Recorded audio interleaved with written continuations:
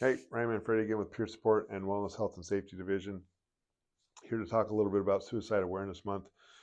I think most of us in the firehouse, when this month and these topics come up, we just kind of ignore it. I know training sent out on their monthly training, some information for you guys. Hopefully, you've gone over that. I'm here to offer a few more tips for you guys and a little bit of a backstory at the back end of this video. But this is something that is a very real issue in the fire service and with first responders in general. Um, it's just the sleep deprivation, the compassion fatigue, the chronic stress. It's just one of those things. If you don't have very good coping skills, these kind of things can build up to a point where you're having those suicidal ideations or thoughts. So the goal here is to give you guys some tools, give you some, hopefully some courage to reach out if you're in that role. And if you're a person that is receiving that from somebody, what do you do with that information? So we'll go over that real quick here. And if you ever have any questions, you can reach out to me and ask any questions. The first thing, if you are an individual that are having those suicidal thoughts, those suicidal ideations, it's kind of stuck in your head, won't go away. First thing I would say is reach out to somebody you trust. Have that conversation. Just go, I'm stuck. I'm in a dark spot. What do I do? I don't know what to do. Does not have to be peer support. Just has to be somebody that you trust. Doesn't even have to be somebody in the fire service. But find somebody that you trust that you know will have your best interests at mind. The second thing to remember is the national hotline. 988 is the number. You can phone it, you can text it 24 hours a day, 7 days a week. Okay, by reaching out and making that call, you're starting that process of getting some help. It'll help give you some information, give you some direction, and hopefully get you on the path to working on some of these issues. The third thing, please reduce your alcohol or substance intake. I know it's tempting. You're in those dark places to just have another drink and have another drink. It's not going to end well as far as how do we get past this problem. Um, Again, if you're in that position where you just don't know what else to do, please reach out and ask for help. Okay, we have a lot of resources along with 522 helping out with things. We're able to get people places very, very quickly. So please reach out if you're having those kind of issues. And then the last thing I would say is get in touch with our EAP. I will put the QR code at the end of this video so you can download it on your phone. We have a very robust EAP program through Concern. We have a lot of clinicians that are trained with this kind of information or these kind of issues that can not only help start processing this stuff, but also get you directed in a path of healing and potentially getting you to a facility. Okay, we have a lot of resources available to us at this point. The trick is we have to know about it. So please reach out. I don't care who it is, but find somebody that you trust, call 988, try our EAP, and try and have that conversation with somebody. If you happen to be the person that somebody comes to you with these issues, okay, first thing is to do is, well, first of all, put your phone down so you can listen so they know that you're actually listening to what they have to say and remain calm.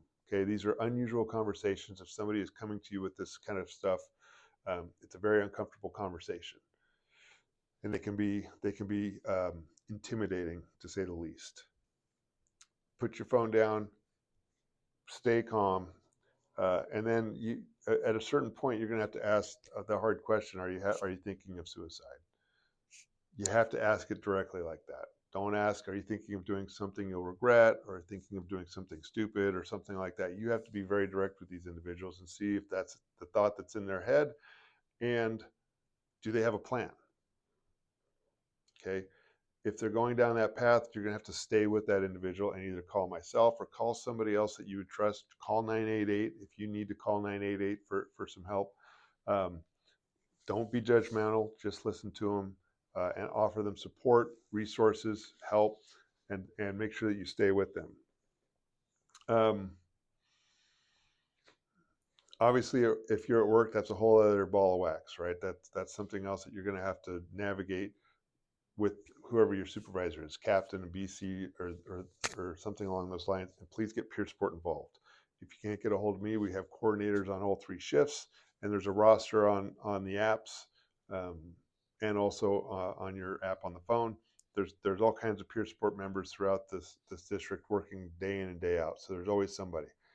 Get a hold of help and make sure you stick with that person. We don't want to just send somebody home that's having these issues because we don't know what they're going home to, if that makes sense. We don't know if they're just going home alone to have some alcohol and ruminating their thoughts and those kind of things. So they're coming to you because they trust you, but you also will need some assistance in navigating through this. Everybody would need assistance with this. Myself, Wells, whoever you talk to is going to need assistance from somewhere to help navigate this issue. Okay, that's about as down and dirty as I can make this and simplify this stuff. There's whole classes that they teach how to assist with these kind of things. We do have individuals, if you go on the roster, that have been trained in having these kind of conversations. There's myself, Jeremy Crawford, Jim Ellis. There's a couple other ones on there that have taken the class. So ask for help, ask for resources, and together we can kind of figure out a path for any of these individuals that might be struggling with this, or if it's you, we'll figure out a path for you to help get you through this. Okay, on the back end of this, I did attach some videos and some radio traffic from an incident that happened in 2021 down in LA County Fire, where a firefighter went to his station, ended up shooting and killing another firefighter and injured a second firefighter, and then the shooter went to his house and committed suicide. So this was a nationwide story. There's some radio traffic, so you can kind of hear how the call was going out. There is also an interesting part on there where they actually dispatch, after they knew it was a shooting at a station and there were multiple casualties, they dispatch peer support to the scene. So this is a robust, LA County has a very robust peer support program. So this shows that even with a good peer support program, there's still people struggling that slip through the cracks. Obviously, our goal is to have a wide net and try and capture as many people as we can here. But sometimes things still happen. So think about maybe those individuals that have had conversations with you. Did this individual have conversations with people? Were there signs before this happened where maybe if there was somebody speaking out that it could have been prevented? Maybe, maybe not. I don't know the situation in LA County. But at the back end of this video, this current video that I'm doing is also a podcast with Scott Ross. Scott Ross is a retired captain out of LA County. He's also been doing peer support for 25 years. He's kind of the IAFF go-to guy on the West Coast for this stuff. He's now retired, but he talks about this incident. He talks about the stigma in the fire service, how it's he says it's squashed. I think it's lingers a little bit, especially up here. And he talks about suicide and mental health and those kind of things in the fire service. And it's a very interesting podcast from somebody who's been in the trenches on a lot of this stuff for over 25 years. So again, with this, I'm just trying to change things up for you guys a little bit, give you some tools, but also keep in mind you can always ask for help. I don't expect you guys to have all the answers. I don't have all the answers, but I know a lot of people. The goal with my job now is to build those relationships so I can find the answers for whenever we need them and make things as efficient as possible for you if you ever happen to get in a situation similar to this. So with that, I'll sign off. Have a good one. Bye. You want an air squad started? Ready? Yeah. LA Battalion 22, that's affirmative. Let's go ahead and set the LZ for 81 Bravo. Advise all incoming units to stage half mile out. I'll get you exact location. LA Battalion 22. Battalion 22, go. LA Battalion 22, also inform all units, incoming units, that a possible active shooter still in progress at the station. Copy. All units responding 8710 West Sierra Highway. This is possible an active shooter still going on. Use caution. Battalion 22, be advised, we did get information that a white Toyota Tundra was northbound from the station. 22, copy. Let's go ahead and notify CHP as well as Sheriff of the description and which direction he was headed. CHP is also responding. I'll get you the ETA, I'm sure. That's affirmative. We're going to end up landing the copter in front of Fire Station 81. But for now, until we get sheriffs on scene, I want to go ahead and hold them at 81 Bravo. Copy. Copter 22, did you copy? County Air Squad, over Station 81. This is Patrol 81. Land wherever you can land it. We'll get you there. Captain is awake. Vitals are a little low. Engineer's going to be DOA. Copter 22 copies. We're going to need the road cleared if we're going to land there. Copter 22 is on scene. Patrol 81, can you meet me on VA direct? Safety 10, copy. Putting out a ticket. No, Assistant 3, can you go ahead and start peer support also? Noted. Highway is north of 81. Assistant 3, affirmative. We'll start peer support. LA, Engine 80, we advise Battalion 22, we're staged Sierra Highway and Johnson Road just north of 81, so I'm not able to get a hold of them. Battalion 22, Engine 80 is at Johnson Road, Sierra Highway stage. 22, copy. Let's just go ahead and check in with Patrol 81 to make sure that shooter has left the scene, and we have sheriffs on scene. We can go ahead and start sending people in with to take care of the patient. County 22, Patrol 81, is it clear to enter? Is the shooter gone? Patrol 81 LA. Helicopter 22, we've been in contact with Patrol 81. The scene is clear. The road is blocked by multiple sheriff's vehicles. We are going to land and take at least one patient. LA Battalion 22. Battalion 22, go ahead. LA Battalion 22, let's put out an all call to all stations as well to have them on the lookout for possible shooter coming to other stations. Copter 22, go ahead. LA Copter 22 is off 81 en route to Henry Mayo Hospital. If you can let them know we have a less than 8-minute ETA. One adult male, multiple gunshot wounds. 22 copy, en route to Henry Mayo, 8 minutes, one male, multiple gunshot wounds. Copy. Truck 24, Battalion 17, responding to first alarm, structure fire. Reported to be in 80s area. Use extreme caution. This is where the shooter possibly is. Bent Spur Drive, Rowell Court. Do not approach the location until cleared by sheriff.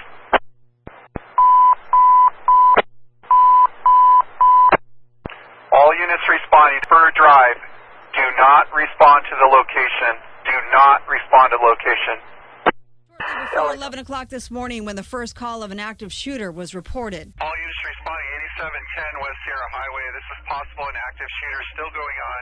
Officials say an off-duty Los Angeles County firefighter walked into his assigned home station, Station 81 in unincorporated Agua Dulce, and opened fire. The gunfire killing a fellow firefighter, a 44-year-old firefighter specialist who had been with the department for approximately 20 years. A 54-year-old fire captain also struck by gunfire. He is in critical but stable condition tonight. Hospital officials say he is expected to survive. After the shooting, reports of a house fire linked to the shooting about 10 miles away on the 2600 block of Bent Spur in Acton. Sky Fox's Stu Mandel with a look at the ferocious flames. This home might even be booby-trapped. I mean, there's so many different scenarios. The large ranch-style house reported to be the suspected shooters, and at a 3 o'clock news conference today, L.A. County Sheriff's investigators expressed that belief, saying after the shooting, the gunman drove home, first barricaded himself inside, threatening to shoot anyone. Dispatchers with the warning for first responders. We're advised not to get too close until they had a tactical team because the suspect is saying he will shoot at anybody. Crews concerned about a booby-trapped property letting the home burn, and after more than 3 hours, the flames were out. The suspect found dead in his pool. It appears he shot and killed himself. We know that no deputies fired, and we don't believe anybody else was at the location, so it appears to be self-inflicted. The home tonight gutted, and hearts within the LA County Fire Department broken. I've always prayed that we would never have a line-of-duty death, and never thought that if it occurred, that it would occur in this fashion. Scott Russ. Thank you, brother, for being here. You know, I just had Jason Cash on the podcast. Yeah. And he considers you a mentor, friend, you know, amongst many other people who I've come in contact with. Matty Fiorenza, he's been on a couple times. Yeah. And, you know, I just really wanted to have you on. And of course, we realized there was a common thread between us. I worked with your son back in the day. Oh, yeah. You know, he's also an LA County firefighter. And, you know, nothing happens by accident. You know, I think everything happens on purpose. You know, so. Yeah. No, it's interesting. I just saw him this morning getting off work and 4 days or something. And I just remember those days coming off being exhausted. Like, it's a rest day, right? Right. He's in recovery mode today. Yeah. So. Yeah, that's really what I've seen myself too. It's like most of my time off is rest and recovery. Yeah. You know, and I treat rest as a weapon as opposed to what it used to be like. I used to just drive in this sympathetic state and overtrain my body until I would hit injuries and, you know, pain. And apparently that's a sign or a clue to look into that there's something going on. There's not something out of balance, you know? Yeah, no, for sure. Well, you know, we talked a little bit about that. Is that, you know, your body keeps a score, right? There's books written on that, and you know, just like anything, you know, vehicle, you know, you do all the maintenance and stuff like that, but you know, that check engine light's going to come on at some point. What do you think about that book? I actually have not read it myself. Okay. You know, again, one of those things for me is my time is limited. I've been so busy through my career that sitting down and reading has not been, you know, leisure activity, I guess. Yeah. Limited. I mean, it's a pretty long book. Yeah. I think the audiobook is pretty efficient. You know, if you're driving, you know, place to place and you get to kind of get maybe a chapter in or so. But, you know, I found it to be pretty profound in the sense that this doctor has been studying this for a long time, you know, and he's putting these pieces together and studying. I think one of the examples was a veteran, right? And he was trying to figure out like, hey, how did this guy end up like this, you know? Right. Like in this really dark state with himself, you know, and he couldn't be around his family, he couldn't be around his kids. Yeah. And there was like this psychoanalysis he had to do on this person. And he was realizing there's something deeper to this. There's some trauma held in the body. And how do we discover that? And each person's different. They have a different blueprint. True. And so I think with that understanding, it's really complex the way a patient is seen, especially someone who sees trauma all the time on a daily basis, right? Is in that state. Yeah. So it was a really, really good book. I definitely highly recommend it to a lot of people. Yeah. You know? Yeah. Well, you know, it's one of those things that we're the very last, right? We take care of everybody else. And, you know, who do we not take care of? You know, we come secondary, you know, at the last of the list, you know, on taking care of ourselves. I'm a perfect example of that, you know what I mean? I do a lot of instructing. I teach for the IFF, a master instructor with their IFF peer support training. And I actually had to turn it over to, you know, other instructors. We always have two instructors when we're teaching the class. And so it's really hard for me to teach this self-care portion because I'm not really good at it, you know? Yeah. So you just let those, you know, go by those who do it better than I do. So there's a lot in that you have a kind of had under your belt per se over the years. I mean, you're a captain for LA County Fire Department. How long were you captain for? 18 years. Oh, wow. Yeah. And then I didn't know you were like involved with IAFF. Yeah. But I know you did a lot of peer support group stuff. I mean, you did one of the presidents or vice president of the PSPSA program. Yeah. Yeah. Okay. The PSA conference down in San Diego every year. I'm on the board, vice president for PSPSA. Gotten into a lot of little, you know, other things as well as the job. Yeah. So. And then you have a new business. Yeah. What is this business? Yeah. So it's Ross Peer Consulting. I've put so many years. There's 32 years on the job. Started off with Inglewood Fire, so I kind of understood that smaller department mentality, and then fell in the big pond with LA County, and did 32 years, in the fire service. I got involved with peer support about 25 years ago. Came after kind of my own, family. We had a tragedy within our family. My oldest son lost his girlfriend and her best friend in a boating accident out, in Parker. And there was something that I learned there because, like I said, I had come from a smaller department and I knew everybody, but we had just come over to the county, and now I don't know a whole lot of people, but I'm still in the fire service, and that culture that, we take care of each other. I really, really saw the depth of that. Firefighters that I didn't know working for the job that came out to the river to help us search because we were out there for a week. The girls were missing. Obviously became a recovery mission. But the amount of folks that came out, there was an email that was put out within our department that Scott's out at the river, the girls are missing. I'll never forget this one guy, Mike. I never met him. He worked for LA County. He was from the northern part of county. Apparently saw the email, and he put his own family vacation on hold. He was leaving like the next day. Mm-hmm. Put his family vacation on hold, brought his Sea-Doos out to the river to, come help us search.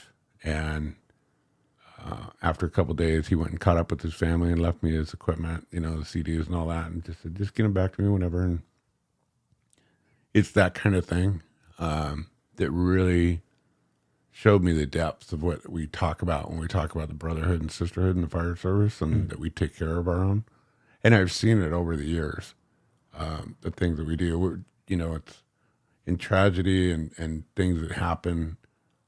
I've seen us all come together, and kind of like that show, remember Extreme Home Makeover? Yeah.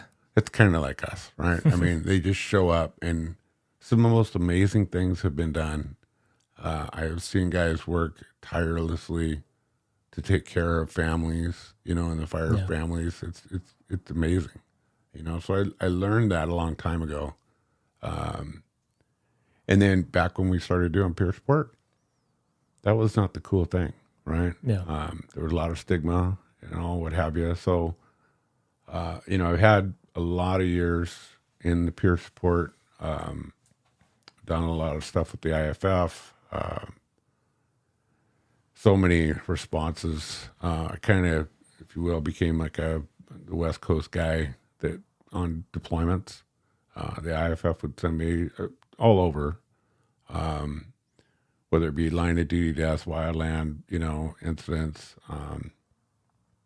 shootings. I can't tell you how many multi-casualty shootings I've been to, up in Oregon, Las Vegas, the Walmart shooting down in Texas, or suicides, right? Mm-hmm. And we've had a lot within our own department same. over the years. But I would get called by the IFF to go help other agencies that, were so impacted. They might have had a peer support team, but their department was so impacted that they were asking for help, which was great. And then, of course, I found it very unique. One time I got called out of state for a department that had a suicide inside a fire station, which changes things, right? Oh, for sure. That's ultimately they weren't going to bulldoze the station down, but that changes that station forever. Oh, yeah. Without a doubt. It will always be that thing. I found that very unique. We actually had a firefighter suicide in a fire station until we had our Sierra incident within the county. Which I don't know if you remember that, but it's just, to have a firefighter shoot another firefighter, kill that firefighter, shoot another firefighter, then go off, burn his house down, and then complete suicide. Right. Hugely significant incident, right? Changes a lot of things forever. And so I've been around a few places, and seen these things. So I just felt like, with 25 years under my belt doing peer support, it was my next thing.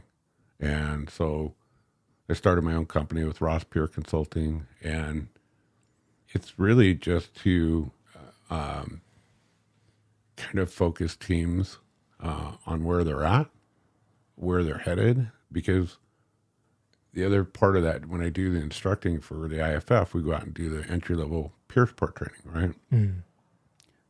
I have seen it time and time again that, there's some very well-established teams out there that do really well. But a lot of the times they put peer, folks through peer training, and then that's it. There's Right. no more, it's like, we need some peers on our team. Okay, well, where's the structure? How do you organize your team? How do you build your team? How do you keep them engaged, right? Mhm. So that's kind of my focal point for my company is that, I can come out, assess the team, see where you're at, how is it going, where's the growth, how do you continue, right? How do you keep teams engaged, right? So you're not, and I've seen it time and time again that there'll be a few that are very engaged, and they might, depending on the size of the department, how big their peer team is, but there's always the certain few that are always the active, and then they get overwhelmed. Yeah. It's just like, how much can you take in? LA County Fire's peer support team, when I first got on, we had about 35 peers, and now we have like 240. But it's, again, relevant to size. We're a large agency. Kind of the rule of thumb that we put out there is when especially when I'm doing training, is that what's the size of your department? And rule of thumb has always been 10%. If you got a 100-member department, you should have at minimum 10 peers, so you're not burning them out, and Right. then share the wealth, right? Mhm. Keep them all experienced and growing. So, but it's been quite a ride to see all this stuff. And again, we talk about going back 25 years, to where it was that suck it up mentality to where it is now. We've come so far, and there's so many teams across the country that have done so well.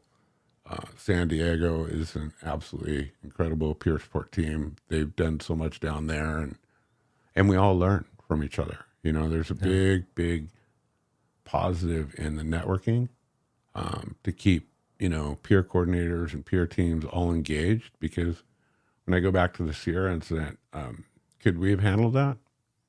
Maybe. But we also learned years back when we had a much smaller team and we lost two of our firefighters, and Ted and Arnie, we burned our peer team out big time.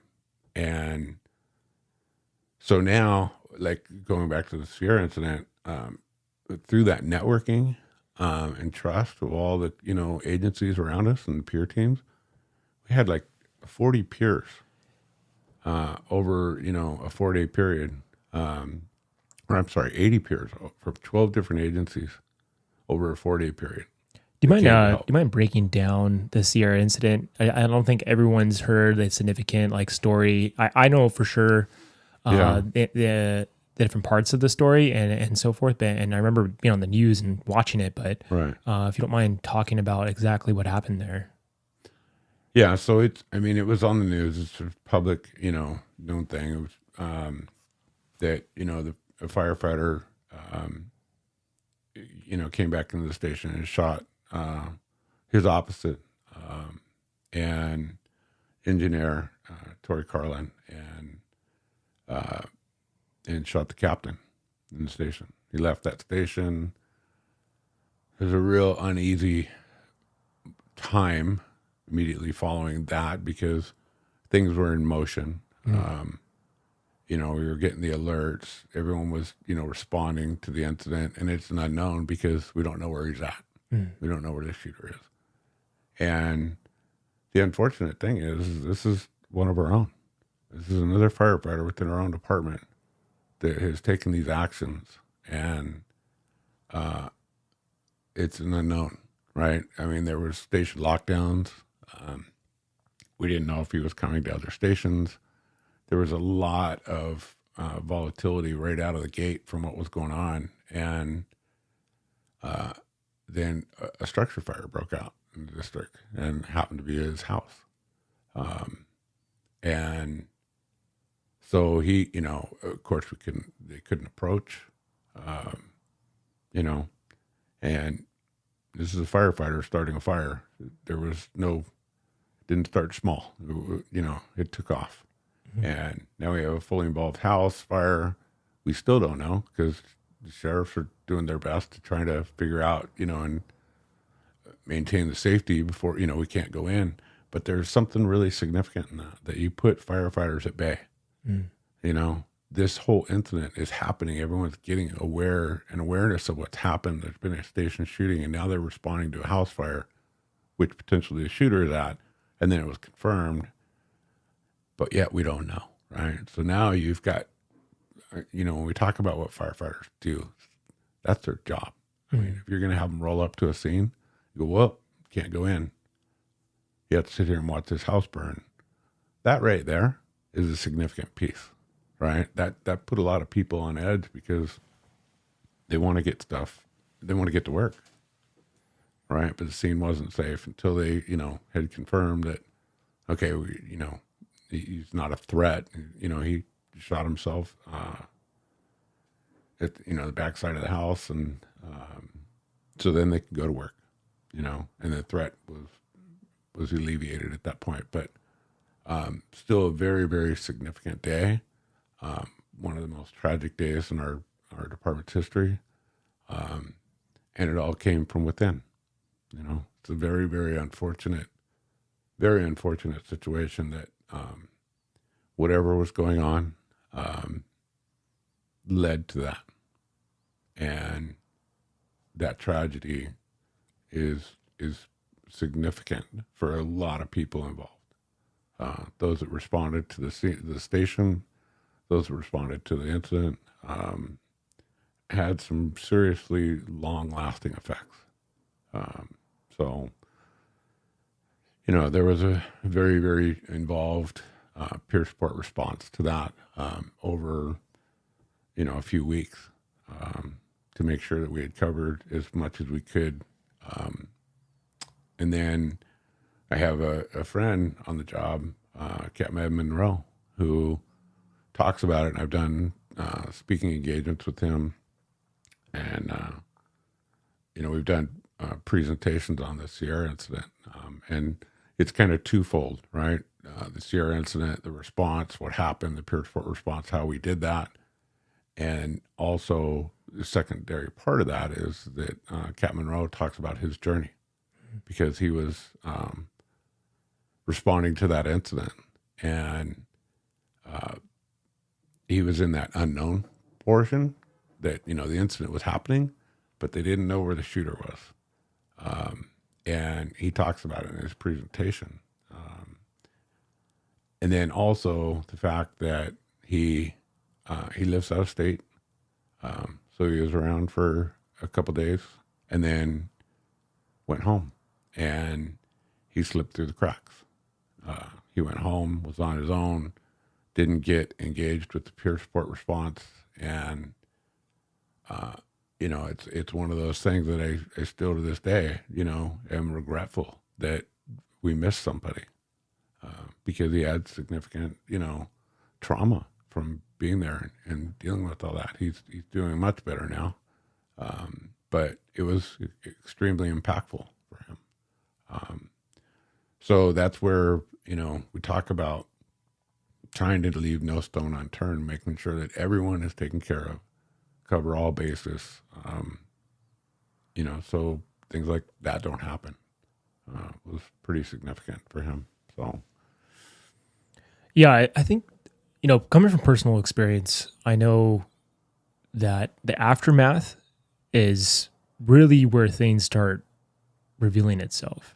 Right. And not just like a week or so, maybe like even a year to something that happens. It's just thoughts can sink through, and a lot of times we don't understand how our mind is working, and really understanding like sometimes the trauma is just kind of itching at you to integrate what happened, or to at least understand, have some understanding underneath it all. Yeah. And I think a lot of us, in order for us to move forward, we have to have that understanding that's supporting us around each like a sliver and crack and cranny of an incident or a call or a friend you might have, who went through something. And we're all connected, especially in an agency. So it's really fascinating to kind of figure out, because we're just barely figuring out how we can transcend all this in a way. We're doing our best. And then on top of that, I feel like, like there's just that we're fighting against an old paradigm of change to allow peer support to use its full effect. And this happened recently for me when I was at my fire station. Being at the kitchen table, we talk and we discuss like what's coming up this next month. There's certain trainings, and I've been a steward for the union for my station, and so I mentioned, hey guys, we have peer support group training that's coming up in April. And we had an overtime captain sitting there at the table, and he interrupted me and said he was really bad-mouthing peer support. Yeah. And he had mentioned also, he's like, if you guys want to talk about something, don't ever come to me at the front office. I'll just tell you to grow a pair. And so when he told me that, or when he said that at the kitchen table, as a leader, right, I felt super disrespected, and I just had a hard time with that. I sat with that for quite some time. And my biggest thing is trying to see the bigger picture in things, and zooming out. Right. And I'm just seeing that, we're fighting against an old paradigm of that. That's a clear example.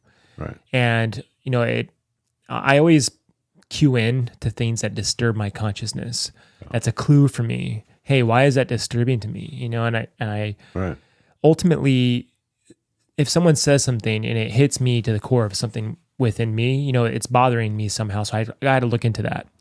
And so, yeah, I found that to be disturbing. And I think mainly because I've been through my own sense of suffering, and I've turned it around to help other people's sense of suffering, especially in our line of work.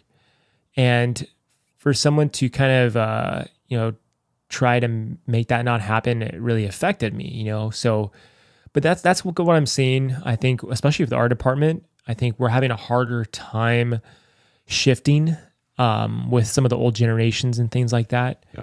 Yeah. So I think that it's really hard, man. I'm having a hard time moving past the barriers and even the red tape. There's a lot of red tape within each agency individually, and especially bigger departments. Money's involved, politics is involved, and we lose a piece of that part, that support from these other sections, like the political and the money side, to get the support we need to build peer support group and other peers who can really step into that role, Right. Well, I will tell you two things. One, you struck a nerve when you said red tape. I will tell you that will always and forever be one of those things that I have struggled with for so long.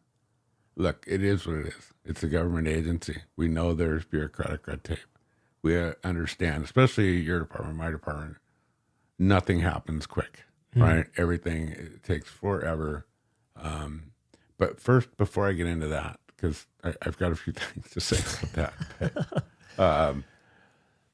that, that captain, right, that threw that out there, I'm conflicted with that in the fact that he's old guard. I grew up with that in the fire service. And that's the way it used to be.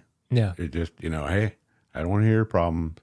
Get on the truck, right? Go handle the business. Very seldom would you find someone that you could connect with, early on in the career. Whether that be, and I will tell you who it was for me, is that I had a paramedic partner. I was on the rescue for you know, about 8 years or so. And those conversations as a squatty, that was our mental health. Riding back from the, you know, the hospitals and stuff like that, or what we call now headset therapy, right? Yeah. We do that, but you will find people within the fire service that you connect with, and you actually can really, really talk. You know, I mean, look, there's all the masculinity and the macho, you know, but we're all human. You know, when it comes down to it, there's things on this job that will affect you. You know, I mean, I still have things in my head. You know, I can tell you exactly about the 4-year-old girl that I went on that was, you know, got shot in the head by her dad. It was accidental, you know, an accidental gun injury. He was losing it, right? But every single piece of that picture is so ingrained in my memory, right? From I can tell you exactly what position our rescue was in, the time of day. I can clearly see everything that she was wearing. It's just as clear as you and I are looking at each other in my head, right? There is those things that are going to impact you. I don't care, you know, how tough, you know, how, you know, think you can move past all this stuff. There will be things in your career that will affect you and will sit with you. It's how do we process and put it in the right perspective, right, and move forward. And again, you know, it was about a time when my daughter was around the same age. So, you know, it's probably one of those things that connect, right? Oh, yeah, for sure. It happens to all of us. You know, you don't get out of this job unscathed. There's, you know, that carousel of images and memories and things that we see, sight, smell, all those things are all there, right? We can all go back to them. So I'm, you know, as much as when you say about this captain saying that, I know he's hurting too. Right. You know? It's exactly what I was thinking. Yeah. You know, he just hasn't found that person, hasn't found that way to open up. It will come at some point. He will need that need to connect. It's just the way it is, right? So, but it is a hindrance, you know, and I'm glad you took that perspective when you heard that like, well, that's maybe not the right thing, right? Because we were vulnerable and naive early in our careers that's the way we were built, you know, stuff it down, move on. That's how you're going to get through this job. I had heard that so many times in my career. It's like, okay, you know, but then moving forward, right, we've moved to the stigma. It's obviously and clearly has declined. We've broken down those barriers. And I think through, you know, the really good clinicians out there in the world, the culturally competent clinicians, the peer support, the people that are engaged, we've done such a good job of breaking down that stigma and saying it's okay to not be okay, right? That's been helpful. I have seen it only because I've lived it for as long as I have, that you will be affected, and, you know, it's okay to take care of yourself. Like, actually ask for help or reach out or talk to somebody, you know, just that vent, right? I can't tell you how many times, and I'm talking thousands and thousands of contacts for me over my years, that at times people I have talked to, you know, and it's all part of that active listening type stuff, right? If you were really, truly, you know, and I truly believe this when I say this, it's, you know, it's a compassionate presence, right? You can be there for someone and truly be engaged with them and hear them. There isn't a whole lot that you have to say, you know, it's just being there. And I've had guys that so many times, guys, gals, whatever, that when we're done talking, they're like, yeah, thanks, man. I really appreciate it. You know, you really helped me out. And I, you know, myself, I didn't do anything. I was just here with you, right? And they are sorting through stuff, right? Because it's not really our job to give advice. That's what we are in the culture, right? We're the fixers, right? We fix, and that's what you have to, you know, it's a kind of a shift, if you will, from being in a firefighter role or a first responder role of well, what's going on? Which problem? Let me fix, and giving advice. That's not it. It's really just being there, right? Because we don't need to be fixing their problems. That's not what they need. They need us to be there and hear them, right? Now we can certainly, resource, and if it's something more than at our level of training that they need, clinical therapy or, need to talk to a professional, absolutely, but then it's also my job as a peer, and I've taken this very seriously, is that you got to talk to the right people. Right. It's huge. There's clinicians out there that I wouldn't send my worst enemy to.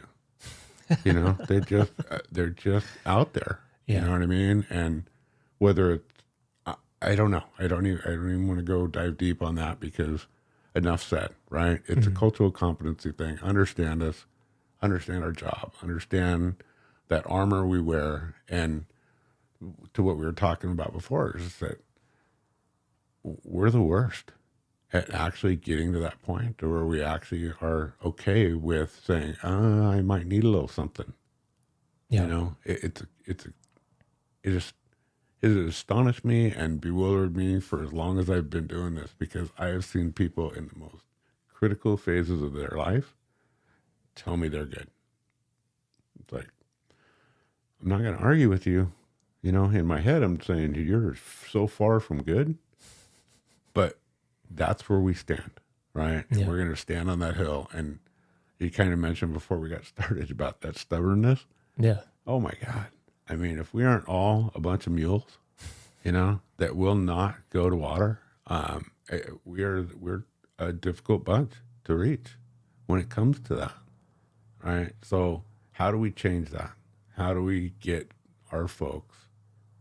Because I want people to truly be okay when they're done, when they, hit the finish line. I mean, I kind of feel like there's an accomplishment here. I actually retired, right? And I mean, some will say that I'm not right, but I'm pretty good. I actually had my little exit thing with the clinical, and they were like, you have PTSD. I'm like, no way, really? Like, shocker, right? Do I need a clinician to tell me that I'm not right in the head? No, not really. I mean, I've seen a lot of stuff. There's a lot of stuff out there that, has been trauma, right? It's really interesting because, I have a very good friend, Dr. Steve Froelich. He's our lead clinician for LA County Fire. And I do a lot of presentations with him. We do cultural competency classes. We talk to colleges, for, clinicians that want to do this kind of work. And we talk about the, there was a study in regards to what your average citizens will see in a lifetime, a trauma, a really bad incident, or have traumas happen within their life at a high level, like critical, right?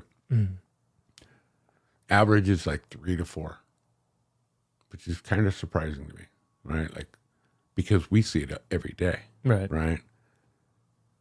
So when you think about what we do, as opposed to what the average citizen sees in trauma, really gnarly trauma, stuff that affects us, right? Their average is 3 to 4 in a lifetime.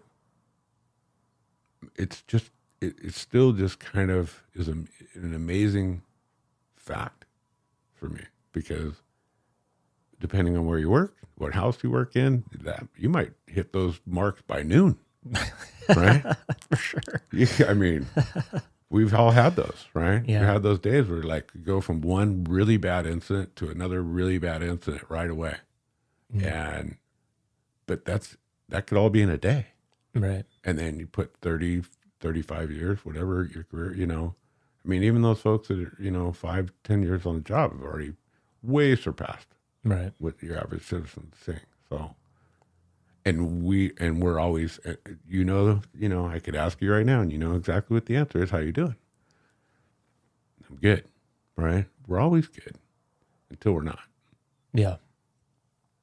So, Yeah, I like to go back to, you're talking about cultural competency and the cultural pattern I'm seeing with that stubbornness. It is really every single person carries it, and it's a really interesting integrated pattern we all carry. And I've dove into it within myself, and the way when I help other people to get around it, it's not as difficult as it may seem.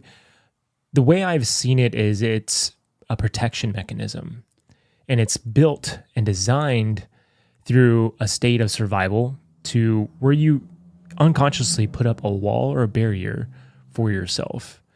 And I really look into what we unconsciously create for ourselves, because of that stubbornness now, we want some type of challenge in order to grow, or some type of catastrophe in order to grow. So we unconsciously will create injuries and illnesses in ourselves it's almost manifesting something in order for us to look inward so those barriers can come down.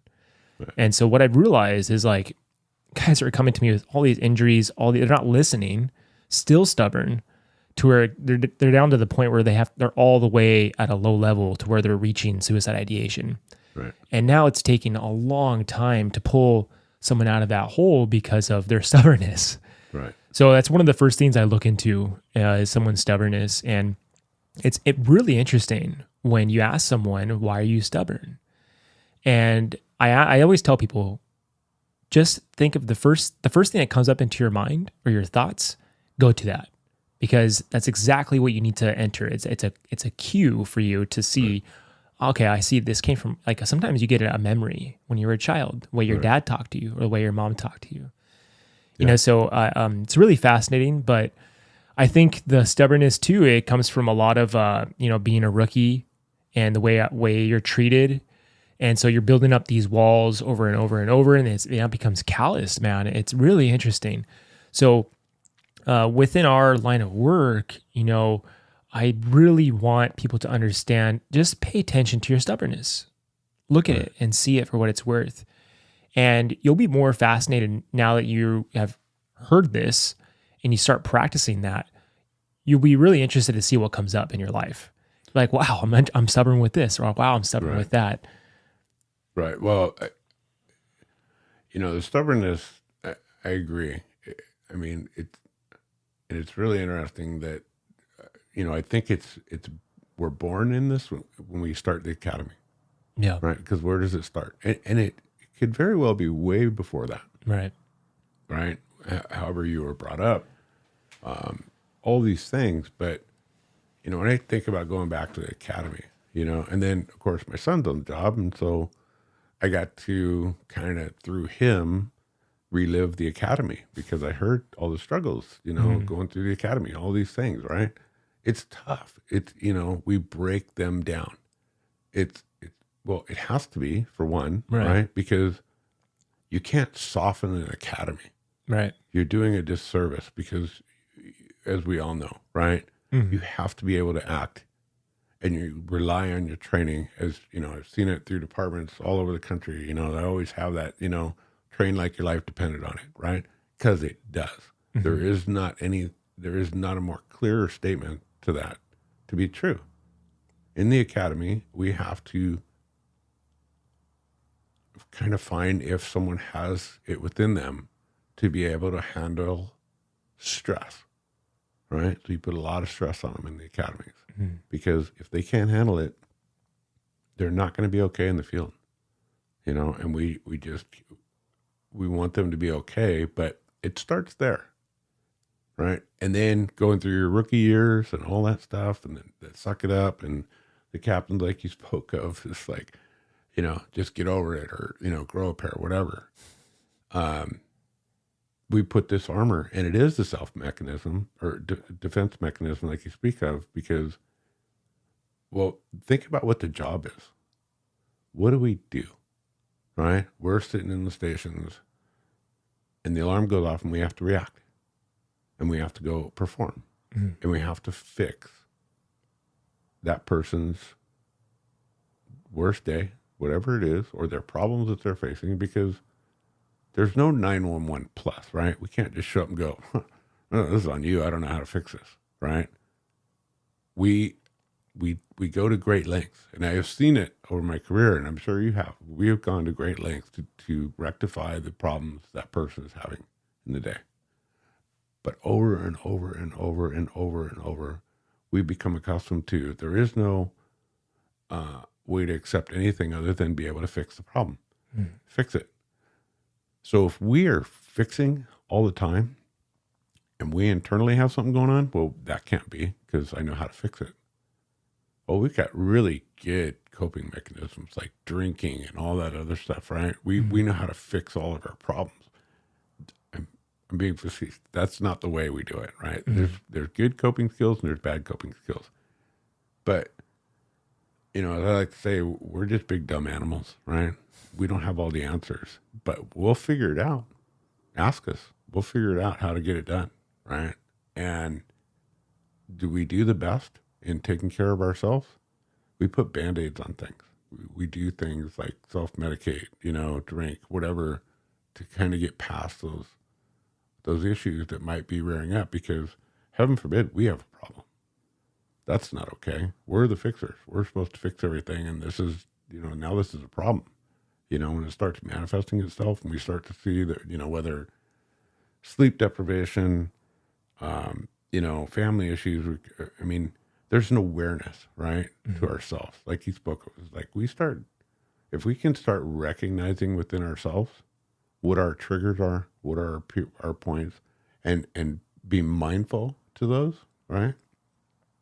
I think we're going to do a lot better to serve ourselves in our lives and our mental health, because I can tell you, and I kind of pull this example out now and then, but I remember it was kind of almost towards back at the end of the COVID kind of stuff, where everyone in the world was just stressed, right?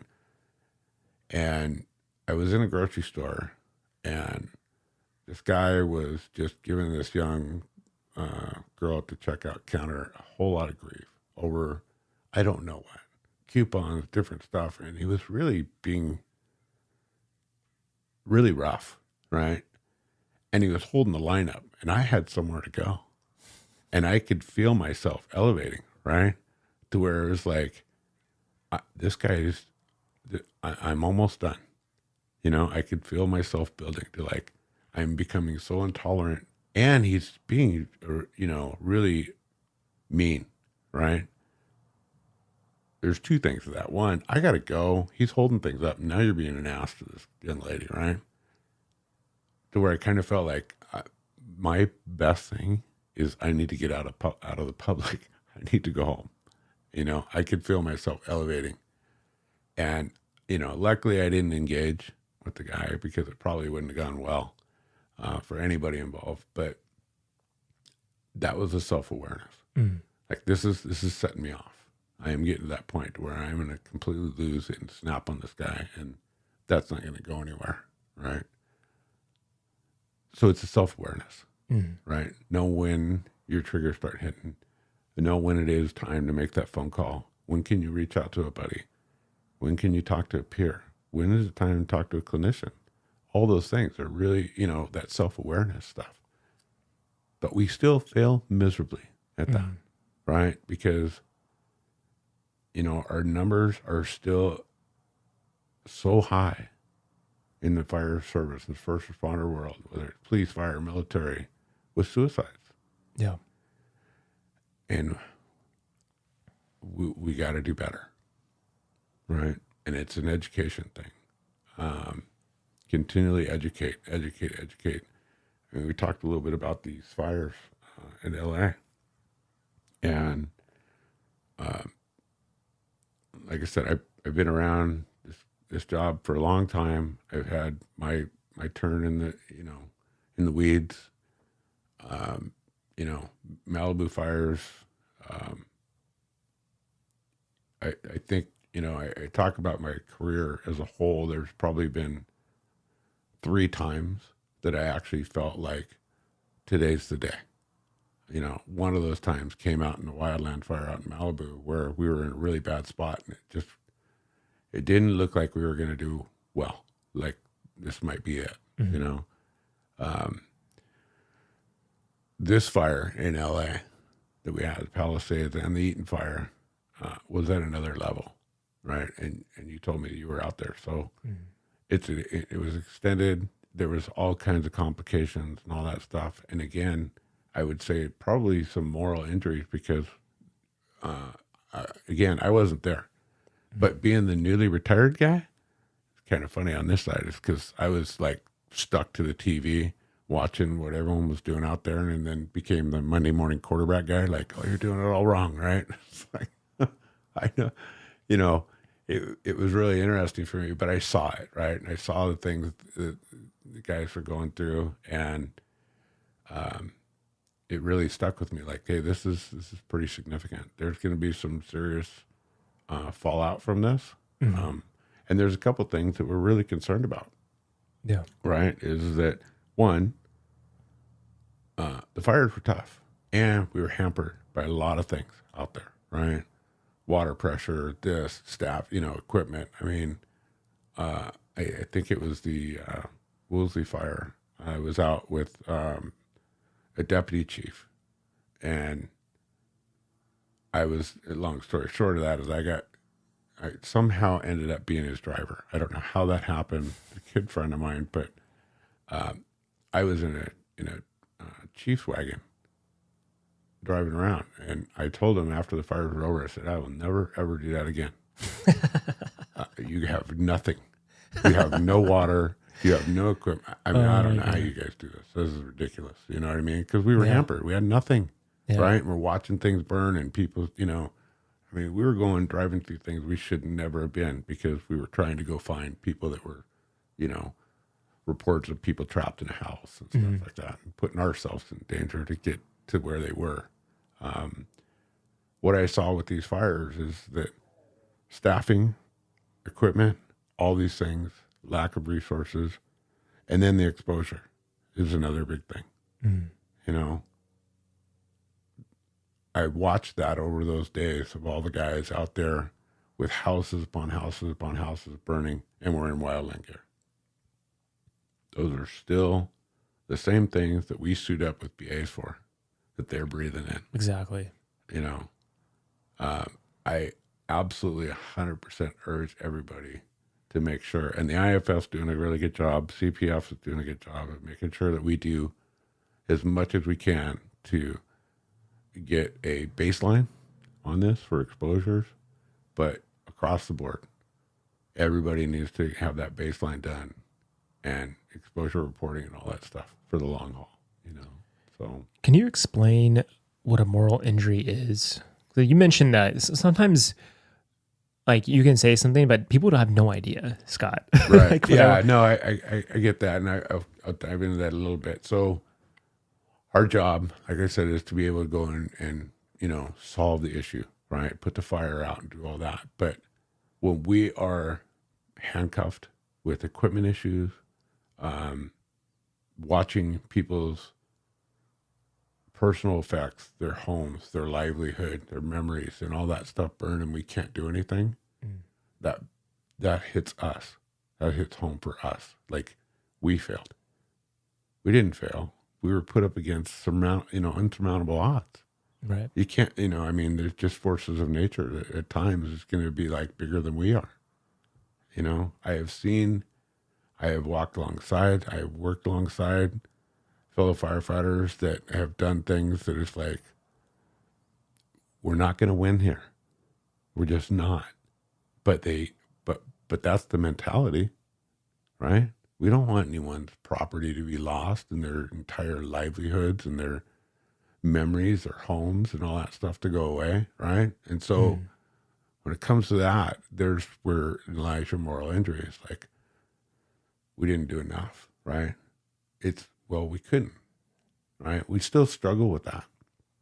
We walk away at times and feeling like, you know, hey, I don't have water. I don't have the equipment. You know, then there's guys that I know that were in the stations that couldn't go anywhere because we had no equipment. There was no reserve rigs. And it's not like they're complaining about being at the station and stuck at the station. It's they have no equipment to go do anything with. Right? I mean, that's just sit in the station. Like I've talked to a good handful of folks that was like, just sit in the fires or sit in the fire stations with no equipment in the station because that rig is out on the fires and we're, they were holding them at stations and we're just sitting here going, nothing we can do. Again, like I talked about the Sierra incident, holding firefighters at bay when there was a big incident. We spoke of this before we got started. It's like we all want to be on that, right? Everyone wants to go to the big fire and be a part of that, right? And help. I mean, that's what we train for. That's what we live for. But when you get held and you can't, that's difficult. Yeah, moral injuries are pretty interesting. And I think what moral injuries can do is that they hit a chord against your values. And so values are really fascinating as well because we create laws around our values and there are our own personal laws around them. And we support whatever value it is on, like, let's say courage, right? We have this courage and we've created a value around it. Now, if you're unable to act or perceive or enable that courage to go to work, or now that person feels guilt or shame because of that. And it can go deeper to the point where your values are supported by an identity around something. And identities are really interesting because if we identify with something, then now, it could be a part of something false, not even true. And if you don't know, if you identify with something, start with what you're defensive about and start there. If you're defensive about something, you're protecting an identity. So for many people, I think when we're talking about this, I think a lot of people just don't have the guidance of even have the self-awareness around a subject. But if you can trace it back to something at the core of your essence of who you are, you can have that bigger perspective on things. You're reacting this way because of this. You're responding this way because of that. And so now that moral injury becomes less and less of a wound. And because the perspective has been guided for you to understand the whole of it. And I think with us going into this career, we're just kind of jumping into it without understanding how our consciousness is behaving, how our subconscious is behaving. Because now you add 20 years now and you have all these calls on your plate of dealing with trauma, but you have no idea how to integrate it. You have no idea why it's sitting in the back of your mind, why you have nightmares, why you have chronic pain, why you have these behaviors towards your kids. Right. So it's I think with The Body Keeps the Score, going back to that book, it plays a big role in understanding how the trauma is stored, how the memories are stored, how we're perceiving our reality in a certain way. Because one person could have a traumatic incident and two people can have that same call and it could affect one person different because one person has a 4-year-old at home just like yourself. Yeah. Because they have a direct response and a connection to that call. And 100%. So I think that perception for each other to realize, hey, I have to be more open with the ability to see something that could affect someone differently, right. And have that compassion in that way.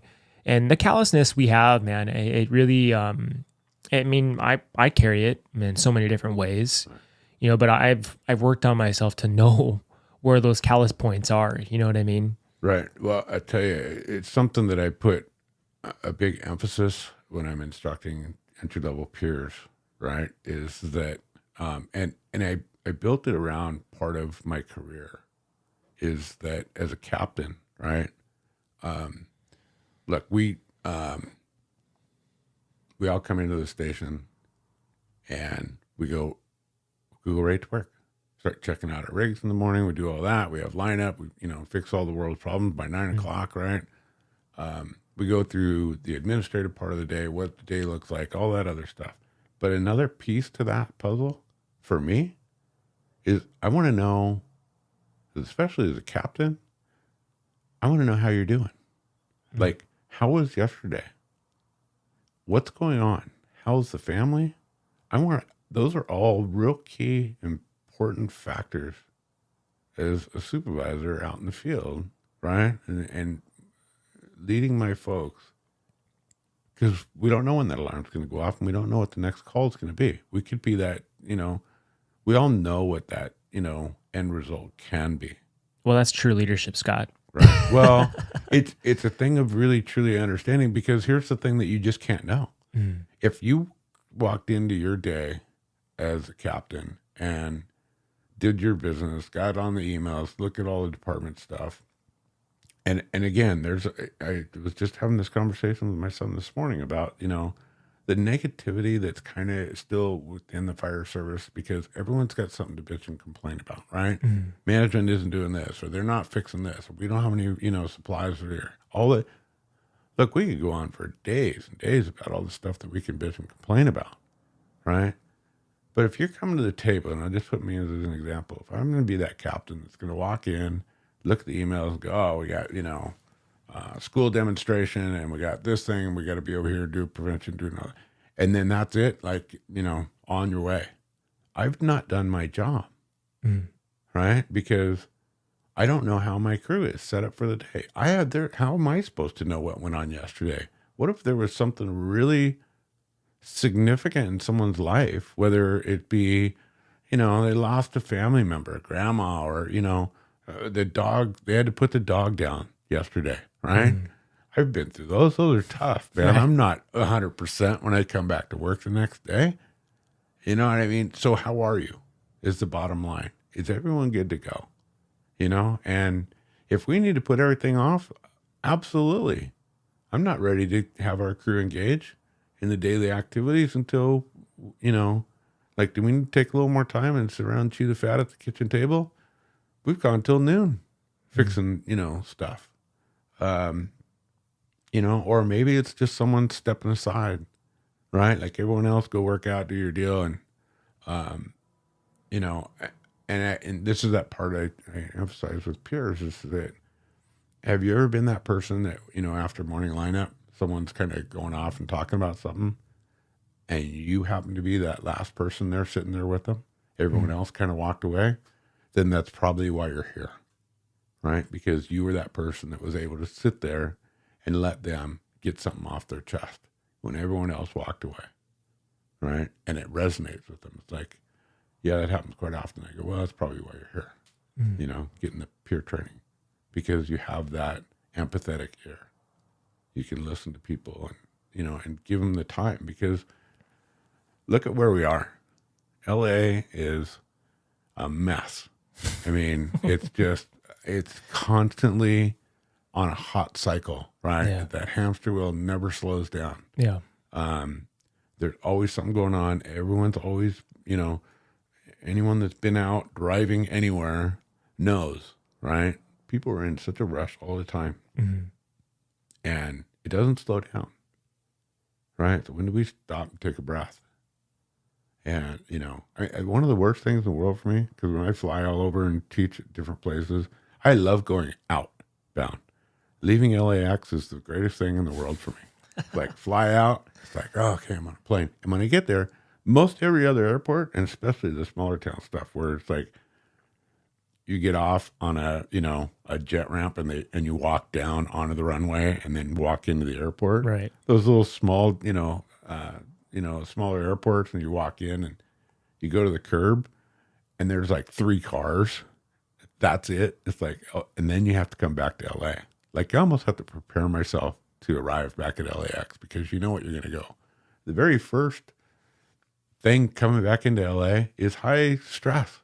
Everyone's yelling, screaming, it's depressing. Traffic. It's like, I hate LAX. It's horrible. It's pretty terrible. So, yeah, I do want to come back to something we were talking about. And it was active listening. It's kind of piggybacking of what we were talking about right now. And that's a skill, without a doubt. Oh, yeah. Just actively listening. Yeah. And, when I did the peer support group training, that was one of the key points, is just being that. And there's something in just listening and just being there for someone. Right. And I practice this on my stepdaughter. She's 10 years old at home. She knows when I'm not listening to her. And so I practice by just being present with her and just listening to what she has to say with complete curiosity. You know, I love doing that because, and I know when I'm caught up in my own shit and I'm like not paying attention to her, I'm like, hey, I check myself. I'm like, hey, you're not paying attention. You're worrying about something else. Yeah. You're worrying about what we have to do, because that brings in connection to her. And she knows that. She knows it. And she's so intuitive that she can just call me out. She's like, hey, you're not listening to me. Right. And that bothers her. Right. You know, so I really use her. She's like my little Zen master, you know, she's my teacher in a sense, because she's so innocent and pure. And so she can always call me out as well, you know, and I really find that to be a great attribute to when I can use that for other people, because a lot of times we all just want to be heard, you know, at some point. And it's really beautiful when you can do that for someone. Yeah. And, yeah, it's just, I think that skill level, it grows and grows, you know, and it comes into my practice as a paramedic. You know, it comes into my practice on the job in other ways, you know, on an administrative level. And I think a lot of the conflict and the polarization comes from that as well. But I think there's a severing that's happening right now on a bureaucratic state where all the workers, the blue collar workers with the boots on the ground, as they say, we feel unheard by the administration, by the higher ups. And that is causing a large stir within the union, within firefighters world, you know, nationwide, because we're hurting. There's nothing getting done. And that administrative betrayal really cuts deep.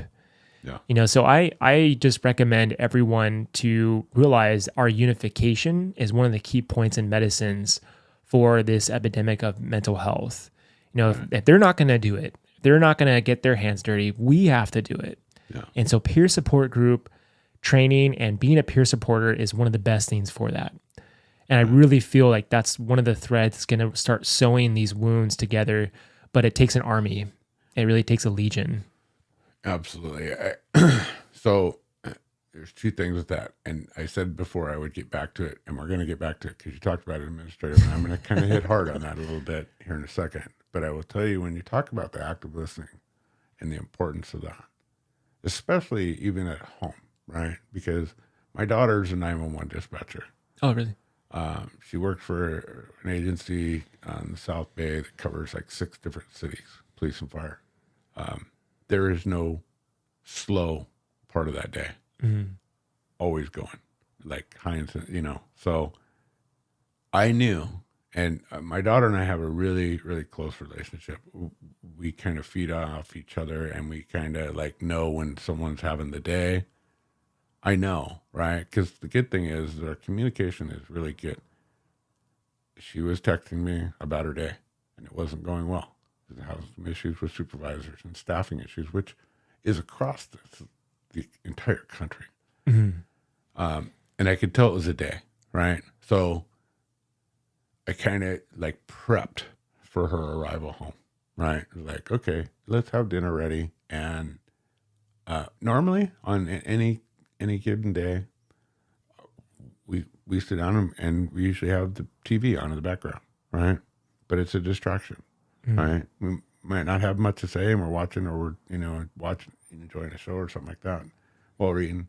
This was not that day. This was like no TV, and I set it up that way. Like turned the TV off, and dinner was ready. She walked in, and I didn't say anything. It just happens. She needed to unload, and I was ready for it, right? And it was all into the like really active listening. So you have to kind of have an awareness, right, to where people at and meet them there. It's important. To the administrative stuff, and I will tell you, look, I'm sure I could have promoted up, wherever in the department, but I chose to be where I was at. I was comfortable being at that position as a captain because I still felt like, and I've always appreciated being part of that crew, right? I'm still in the house. I wasn't for the last 5 years of my career. I work overtime, work in the house. You know, it was great because I still got to get my feet wet and be in the station house around the folks. But I kind of got sucked up into the administrative side of it. And I was a thorn. A good buddy of mine, John Scavarda, and I were known as the thorns in peer support because we kept coming at him, right? And that's what I did for most of my career in that administrative role in the peer support. It was always a fight. Now, let me get back to that thing that we have all heard, and I think it'll hit a tone with people. Is that I have heard this my entire career. Our people are our most important asset. I don't even know how I want to say what I want to say about that because, you know, I never felt that. Right? We're a number, we're a seat, you know, fill the seat, do all that stuff, next guy up, whatever. I've never, there's only maybe, and I'm not going to completely, you know, shut down the top brass all the way across the board because there's really good people out there that are really engaged and there is a belief in that and there is truth to that, but it's a machine, right? The people at the top are always trying to get the next thing, right? The administrative budgets, all these other things. But when it comes down to, you know, what's truly important, right, is your people that go out and do the job every single day. And if they're not right, I don't care what kind of equipment you have out in the bay, it doesn't work without the people. And if your people aren't right, you don't have anything. So, you know, I heard a Phoenix fire chief say it one time, we take better care of our equipment than we do our people. Right? So true, man. It really For is. God's sakes, if that statement was to be true, we're screwed in LA because have you seen our equipment? And, you know, if they take better care of the equipment than our people, think about how we're taking care of our people. Right? I mean, we're in dire straits. Our fleets are aging. The equipment, having help our folks in fleet and mechanics and all that stuff that are always fighting that uphill battle, right, to get equipment out and all that stuff. But anyway, so back to the point of where our people are. We have to do more. And I have fought for that and fought for that and fought for that. And I can't tell you how many times I have been at memorial services, funerals, for those members that we've lost either through suicides or whatever, that, you know, and I got to tell you, I mean, there was we were having rashes of suicides over the years and I'd heard it at funerals over and over again. Like, well, we're going to do better. Right. Right. I never saw that. Same. I never saw it. You know what the real truth to any of this is? And this is, I'm sure, going to be hard for those that are in the administrative levels or those that are, you know, is that the only real change, there's two things. Do you have any idea what those two things are that create real change? Action could be one of them. Death and lawsuits. Lose a member. So true. Right? Yeah. Oh, we're going to fix something. Right? Something starts happening. Or they start getting hit in the pocketbook and you hit them with lawsuits. It's the only way that we've expanded our peer support program to the level that it is because of the Sierra incident. We got, you know, I was doing this job by myself in the coordinator role. I'm not discounting all the peers. We have an amazing amount of peers and really, really good people that have done amazing stuff. Jake Wendell is one of our guys that, you know, started our peer support canine program. Absolutely, you know, amazing, wonderful people that have taken good care of our folks in the field. But at the top level, no, I'm sorry. You know, my boss that was my boss before I retired, Chief Gonzalez, was one of the few that got it. They all talk a good talk, you know, but you got to put your money where your mouth is. Yeah. you know, and until then, I don't want to hear it. And I will not change my view until I see it. Yeah. And we're not there yet because it's not being done. Mm-hmm. The budgets are not there for what we need for behavioral health. We're very fortunate, and thank God for our union. That they took it on, which means all of us took it on to pay for a full-time clinician. Mm-hmm. That has been money well spent that is unrealized. The amount of people that our clinicians have saved, right? And the cost to be able to get people back to work and back in the seats that aren't burning sick time or aren't completing suicide, right? That's a significant piece. There's no way to put a monetary cost on even one person's life. Mm-hmm. You know, I've seen some spreadsheets of like, what does it cost for a firefighter? What's the cost of a firefighter in a department, right? All the training, right? You put them through that, your, health and wellness benefit, your medical benefits, all these other stuff. Think about the time that we put someone through paramedic school. Mm-hmm. What's that cost to the department? Well, guess what? You're paying for the paramedic school, you're paying that employee, and you're also paying someone time and a half to fill his spot while he's gone. Right? Right. That's paramedic school. How about all the other training, all the other stuff that you've engaged and put towards one member of our department, and then to not take care of them? It doesn't make sense to me. And until I see more of it, and I'm going to continue fighting that, and don't come to me until I see more of the proof that you are putting your money where your mouth is in behavioral health.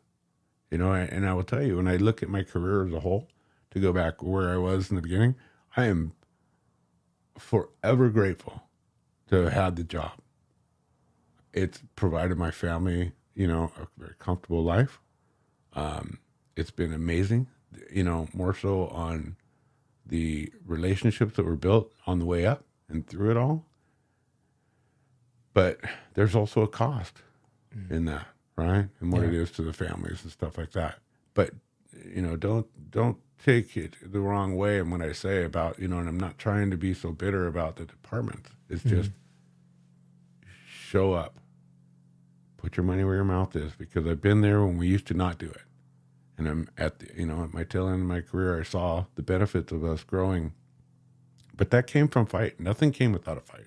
There wasn't anything that came without a fight to do more for our folks in the field.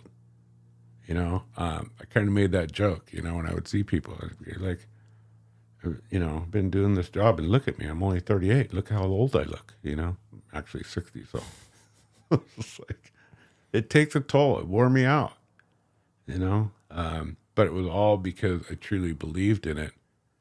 Coming from that point of where it was that suck it up, to where it's like, well, maybe we weren't doing this the best that we could, And the last thing I'll say to that is that,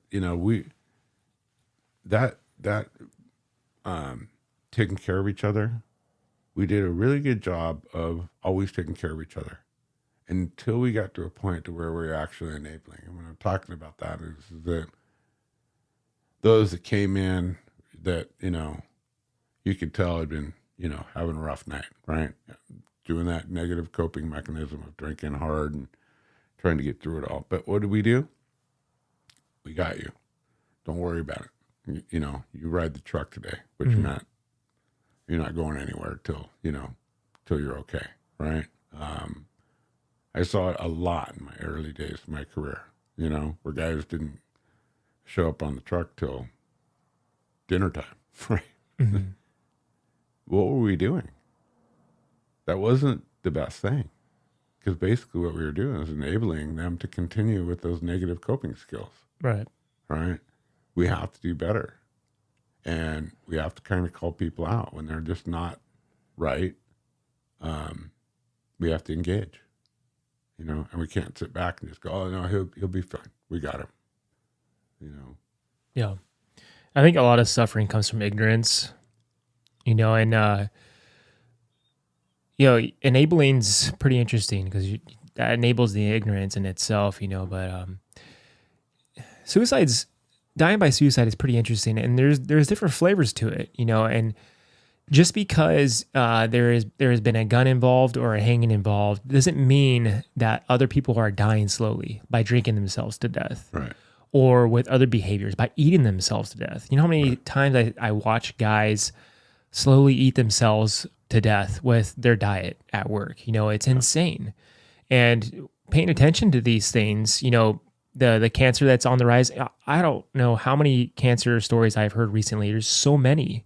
Right. And, you know, part of this is that self-masochistic behavior of coping. And it shows its face in so many small ways. And those smaller ways are things to pay attention to. And I think with having self-awareness, that's a skill, and that doesn't come easy. That has to be taught. And you are one of the minority to even have that, especially as a leader. You know, but that's one of the key points. And I always tell people, like, in the end, it is you. It is your responsibility. You're the only one that in the end has to do the work. And people can help you and show you the tools along the way, but in the end, you're the one that has to show up for yourself because you care about the people you're surrounded by, your family, your friends, and ultimately showing respect and honor to yourself. You know, really, that's where it shows up as. And that's the cold hard truth in the end.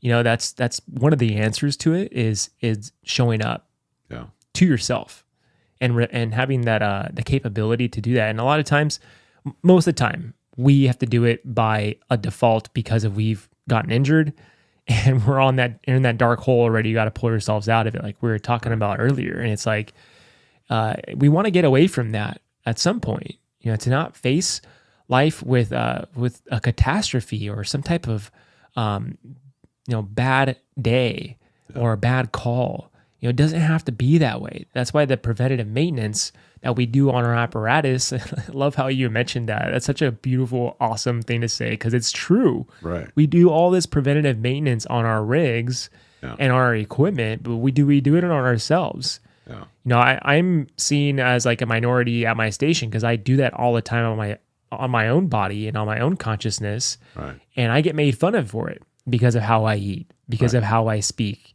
And to the point of where what I feed my mind, I'm very aware of what I do to feed my subconscious.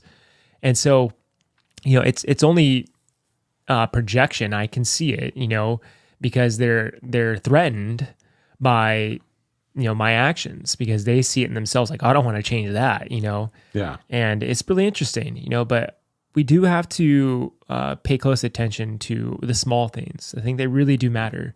And I got tired of, that's why this podcast started, you know, because we had suicide after suicide. Right. And nothing was getting done. Nothing at all was getting done. Yeah. And I was appalled by it, you know, because I just came out of my own dark hole of struggling with suicide ideation. And I realized what I had done to myself, you know, and I had to see it in itself, like it's my own doing, you know, and I had to see, I don't want this for someone else. You know, I want to be able to support someone who's dealing with something like this. In the end, there's, I think we've tried to find a lot of solutions, and there's so much to it. It's very complex. It's so complex. You're absolutely right. I would tell you,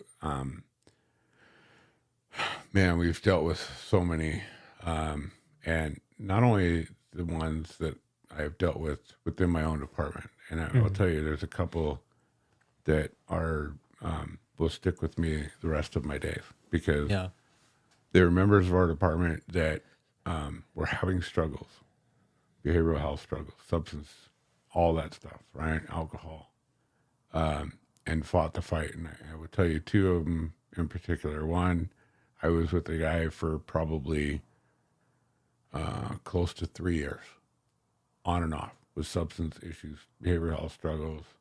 You know, got him into recovery places. You know, he got out and he started back, and you know the journey, and then ultimately ended completing suicide. That was probably one of the biggest struggles of my career, and so painful. Yeah, because again, in that mentality of like we're supposed to fix everything, right? Like I couldn't, right? And I will tell you, to the depths that we went, beyond, way above and beyond. You know, and the other one that, you know, the same thing. You know, it's like, kind of just felt like, how did we, what didn't we do, right? What was it that we could have done more? And the reality is that we did everything that we possibly could. Mm-hmm. We had chaplains involved. We had clinicians involved. You know, we sat with the guy.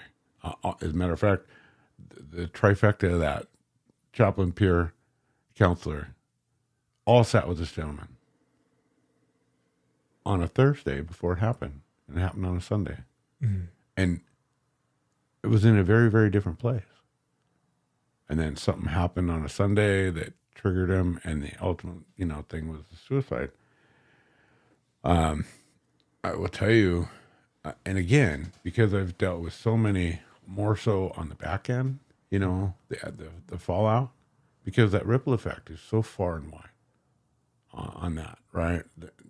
You know, the station house, the crew, you know, first and foremost, family, but then, you know, our fire family, those members, those crews, I've heard all the things, you know, I didn't see that. You know, I would have never thought that could have been the guy, right, that did that. Or now I'm starting to see some stuff that I wasn't in tune to, but now makes sense to me looking back, right? Going out of county and dealing with all these departments, and here I am coming from an outside agency in and become very integrated in their department and going through their pain of losing a member, right? And hearing all those things that I just mentioned. It's been an interesting ride. I will tell you that I have a deep-seated interest in understanding. I have taken multiple classes on suicide prevention. I actually am connecting with Dee Dee Hirsch, who I have a great deal of respect for in the trainings that they've provided and the work that they do. And here's the bottom line. Behavioral health has always been a stigma, right? Like, oh, you're seeing a shrink or something's wrong with you. You know what I mean? We've changed that, right? We've gotten better. But we used to not talk about that. Now we're talking about it. But one of the things that still lags behind is that straightforward talk about suicide. Right? Sure. Like, it's uncomfortable. Yeah. Right? And no one wants to talk about that. It's not just something that, you know, you're sitting around the dinner table, let's bring suicide up. You know, it's you know, taboo, right, if you will. Especially when someone's having those thoughts and stuff, it becomes very uneasy. And I will tell you and I mean, I don't think I'm exaggerating here. I've had, I don't know the numbers, but well over 50 people that I've had people on the line of like, hey, I'm seriously thinking about suicide, or I'm at that point, or, you know, to all those variations and levels. And it never gets easy. Those phone calls are super unnerving, right? Raise the hair on the back of your neck. Like, it's full engagement. This is, you know, like high priority stuff. All right, we got to deal with. All that said, there's so many myths and things that are, you know, that people just don't know, right? And then they have, like, I've heard this, right? We talk about active listening and passive listening. So I've kind of become, you know, an expert in that field of when to turn it on, you know, and I need to be really actively listening. So I was traveling. As a matter of fact, I was going to training at UFLAC for peer support, and I had a chaplain call me. And we got on the subject of something because we just recently had something, and I was trying to keep my, you know, driving LA traffic. I mean, so I was kind of passively listening, if you will, because I wanted to not get in accidents and, you know, get to the UFLAC Center. But it hit me the moment he said, "Well, it's such a selfless act," and I immediately drew into that and climbed in, and I said, "Okay, now you got my attention, because listen, we all have comments, you know. Unfortunately, our firefighters say things at inappropriate times. After a suicide one time, someone got on and started putting some social media posts and said something to the effect, I don't remember verbatim, it was like, you know, long-term solution to a short-term problem. Mm. You know how incredibly impacted that family to see that? Like, you don't know. You have no idea. You've never walked in his shoes. You don't know his struggles. You don't know what's going on, you know? And like I said, and here's a chaplain that was saying that to me. Like, it's a very selfless act, right? Mm. I had to kind of like put him on point and go, hang on, stand by. I go, do you have any idea of what was going on with that gentleman? Mm. Right? Because when you dive into the depths of that, that's not, like, for someone to actually complete suicide, you know what the number one human instinct is? Survival. Mm. And if you've gotten to that point to where you actually beaten the human instinct and you're actually going to take your own life, don't ever judge. Understand that there's something way deeper that you don't have any idea about, right? And so when I talk about that with training, or if it's on a deployment, one of the very first things I put out, you know, and I kind of instruct our peers that are going out, is like, hey, we got to slow down the bad, negative energy. Mm. Any comments that are coming out, address those. Get with those folks and say, hey, whoa, hang on. Don't go throwing comments out that you don't know about. You know what I mean? It can be a volatile issue. People can have real strong feelings and stuff, and you have to have a sense about how to address that, right? Well, we're quick to judge. Well, our certainly. Judgment is Certainly. It's really harsh. Yeah. I think our judgment causes a lot of turmoil within our members. Right. You know, and it's only because we're ultimately judging ourselves individually. Right. You know, and for someone who, so I struggle with suicide ideation, and I know what it feels like. And, you know, I sat with it so much to where I changed my perspective on it with other people. And at some point, I just had this thought one time, like, I thought to myself, how brave for that person. How insurmountably brave for that person to take action. You know, and that thought came through my mind, and I really sat with it for a while, you know, and I thought, wow, that's a pretty interesting perspective change for myself, you know, for someone who's struggled with it. And in the end, you know, we have to take into account someone else's suffering and really give them that credit, you know, and for them, they decided it was the end, you know. For me, I think it's metaphysical. You know, a metaphysical standpoint of, and I've talked about this before on the podcast, where it's a cycle that's ending within yourself. Something is dying off within you, certainly, because the behaviors that you've set yourself up with, the memories you've failed to integrate, the emotions you've stuffed down, it's all coming back like a tidal wave. And when you're hit up against that tidal wave, it feels like the end. But it's a small death. It's almost like a spiritual death within yourself that has to die off because there's something that's being reborn within you. There's a rebirth that's about to happen, and it feels like the end. It really does. And I've only speaking from personal experience because I've went through that. It was a spiritual rebirth within me because I was transforming. In order for me to evolutionize myself and transform, this other stuff had to shed, man, and it was ugly. It was ugly. Yeah. And I knew it. And it was with, you know, the first things that had to go was the drinking. You know, the second thing that had to go was my behavior around sex. You know, the third thing that had to go was the way I treated people. You know, and after I had to deal with those three things, you know, things started to change because something was just crawling on my back. These demons I created, you know, that I failed to face. You know, and when you finally face them, the only way out is through. There's no easy way out. You know, you have to face those demons that you created within yourself. And, you know, I've really looked into it, and only because I've seen it in other people who they want to avoid it and they want an easy fix. There's no such thing.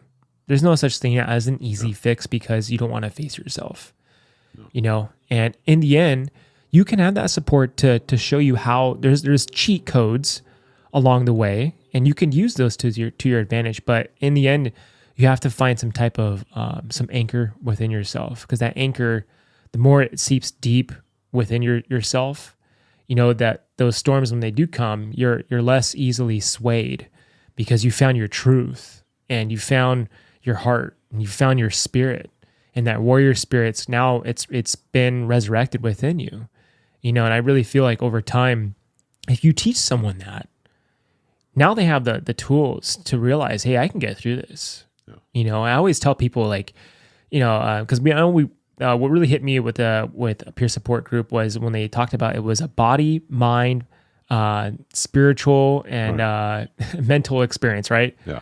I think that said that right. Something along the lines of that, where it's a full multidimensional state of what we have to integrate. Right. You know, and I think people had a misperception on what spirituality is. You know, it's like, I always explain to people, like, remember when you were in the academy and you had to find this spirit within you, this warrior spirit. Like, that's your spirit. That's your spirituality. Right. You had to find it and hold it and utilize it. And now, 20, 30 years later in your career, what happened to it? You know, right. It's been beaten down, man. Yeah. It's been beaten down by calls, by lack of sleep, by poor diet, by your superiors who had no respect for you, you know, and talk down to you. Like, those things hurt, man.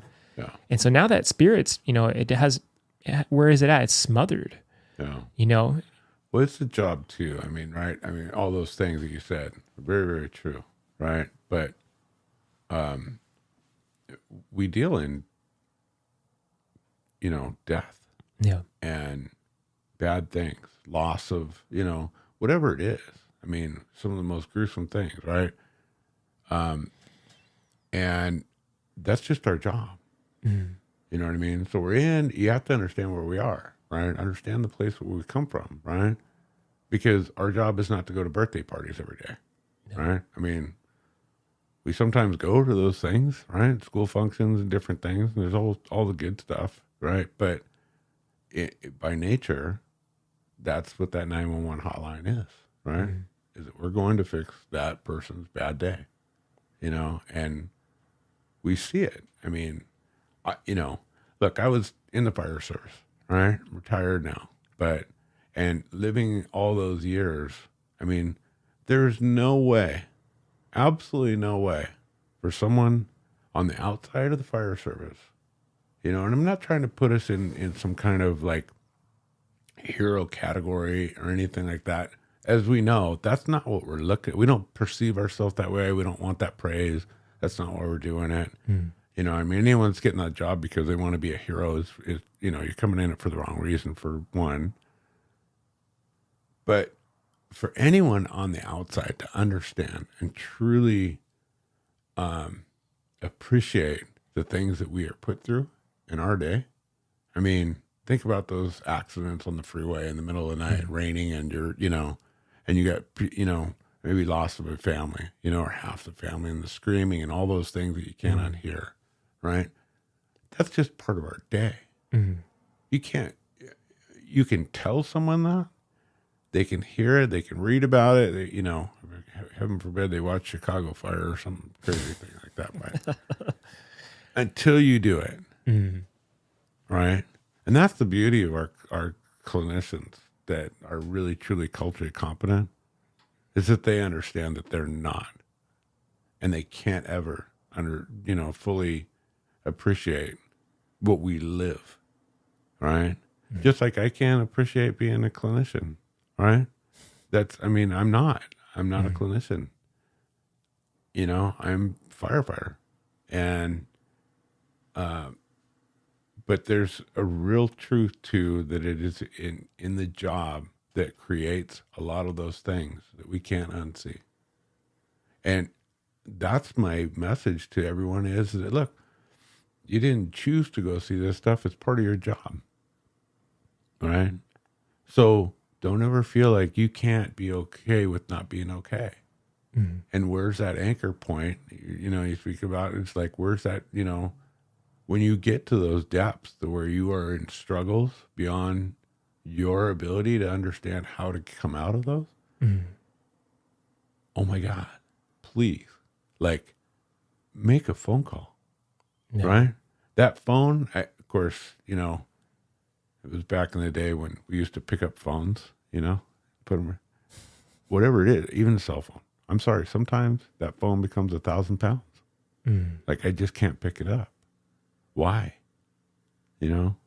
That's that hurdle, right? But if you could, and you just made a phone call, and you talk to a peer that truly is going to get you and understand you because we do the same job. I mean, that's your lifeline. Yeah. And how does it not? And again, if you aren't doing a peer support work, just like how I described about being in the fire service, unless you do the job and actually are a peer and engaged and understand what it's like to take those phone calls where someone, look, it's never easy. You know what I mean? Those phone calls, sometimes it absolutely reaches into my soul. When I have a fellow firefighter who is having their worst day and they're broken and they make that phone call and man to man, hearing another man cry is not easy, right? Because that's not what we're supposed to do, right? But man, I'm all in. You made that phone call. I'll stop whatever I'm doing right then and there. As a matter of fact, I only bring this up, the relevancy, because I sat in my driveway at home the other day, and before I went in the house, I got that phone call, to a guy that was he had lost a buddy in a line of duty death. And he was struggling, he missed his friend, he missed his partner, he missed his, and he was broke. He was having that day, and all it took was for me to just actually stop and be able to listen and talk and provide that comfortable place for a guy to be able to say, I'm not okay. And I'm hurting, and this is what's going on. And, in a short amount of time, we kind of moved past that, and there were some things that, he could do, but, man, so much better, right? That's the key. That's the important thing, that when I talk about the bureaucratic red tape, talk about the administration, look, I'm sorry, but there isn't, there's a few chiefs I know that are in those levels and do that work, stuff like that, but those that we're a reactive thing, a tool, if you will, in the fire service, and I've seen that used time and time again. It's like, oh, just call peer support and they'll handle the stuff. Box checked. Do you really understand the program? Do you understand what's going on? Do you understand what we are alleviating and kind of quelling the situation and calming it down? I mean, I was in that position as a coordinator, and I'm going to tell you, it took a long time to get there. Who in the world, and this is the crazy part about, that self-care and stuff that's not good that I didn't do, is like, at the end of your career, I've always seen it. The normal path was go find some cush station, pull the e-brake, and cruise, right? Towards, the retirement. Not me. I went into a 40-hour position, put my foot in the gas, and didn't stop. At the end, like, what's wrong with me, But I believed in this stuff, right? Because I've lived it. I've done it. I've seen the good that it's done. It served me well. I've seen it serve others well. And had an incredible amount of people that were doing the same thing, all surrounded by it, right? But all that said, if you aren't doing it and understanding it, it's hard to really understand what that is, right?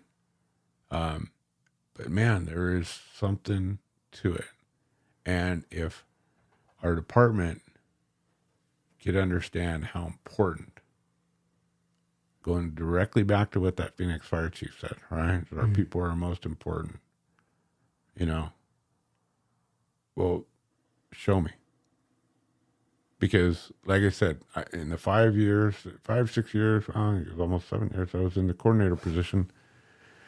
I actually assisted, kind of personally was alongside over 110 members that we had put into recovery that are doing better. Like, they're actually productive employees out in the field and doing a good job. And it was interesting because it was before the chief that we have now, but the previous chief, I was talking to him about it, and he goes, because it was probably about, I don't know, a couple of years into what I was doing in the coordinator position. And he said, it's really interesting you say that, because I've had a decline in the people that I've seen in my office that are here for termination or serious, disciplinary issues. And I go, you're welcome. You know what I mean? It's like, yeah, if you guys, it's unrealized gains. If we can put our money where our mouth is and put some money towards behavioral health, you're going to do your department so much better, because you're going to have people that are going to have an outlet, have an ability to anchor into someone, get some help, get some resources, and we get them back. Being a productive employee instead of continually struggling. And what does that lead to? Time off, negative, frustrated, bitter, non-productive employee that's fighting an eternal battle. It's interesting you talk about that captain who said, I've seen it. Yeah. And I will tell you on the backside, I don't even have to know this guy. I know he's got some stuff that he probably would do well. Just allowing himself to talk to someone. I'm not saying he has to run off and go get mental health and, talk to a counselor and stuff.